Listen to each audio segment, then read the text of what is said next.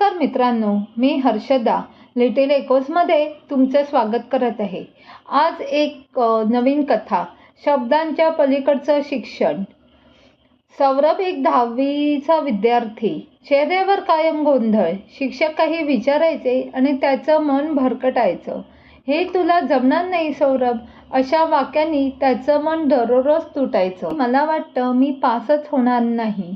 सौरभच्या डोळ्यात पाणी आलं। आई शांतपणे म्हणाली, ठीक आहे, उद्यापासून शिकवणी। त्या रात्री आयुष्य वळण घेत गेलं। ते कोणी मागे राहणार नाही, सुधाकर सरांचं ते पहिलं वाक्य। धोतर कुर्ता पण डोळे विजेसारखा आत्मविश्वास।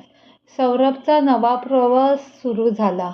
गणित म्हणजे खेळ वाटू लागला, इतिहास म्हणजे गोष्टी वाटू लागल्या। सुधाकर सरांनी शिकवलं नाही तर समजावलं। सौरभ आता वेळेवर यायचं, गृहपाठ पूर्ण करायचा, आत्मपरीक्षण करायचा। सौरभ आता प्रश्न विचारतो, समजावून सांगतो। शिकवणे म्हणजे फक्त अभ्यास नाही, ती एक जीवनशाळा आहे। सौरभ खूप चांगलं केलंस। पहिल्यांदा कुणीतरी त्याचं कौतुक केलं। त्याच्या चेहऱ्यावर हसू आणि मनात अभिमान होता। 10वीचा निकाल 88%, गणितात 98। आईबाबांचं स्वप्न पूर्ण झालं। सुधाकर सरांचं स्मित खूप काही सांगून गेलं। शिकवणी नसती तर मग आज इथे नसतो। सौरभ आता दुसऱ्यांना शिकवतो। शिकवणी केवळ शिक्षण नाही, ती एक दिशा आहे। सौरभ आज कॉलेजमध्ये आहे।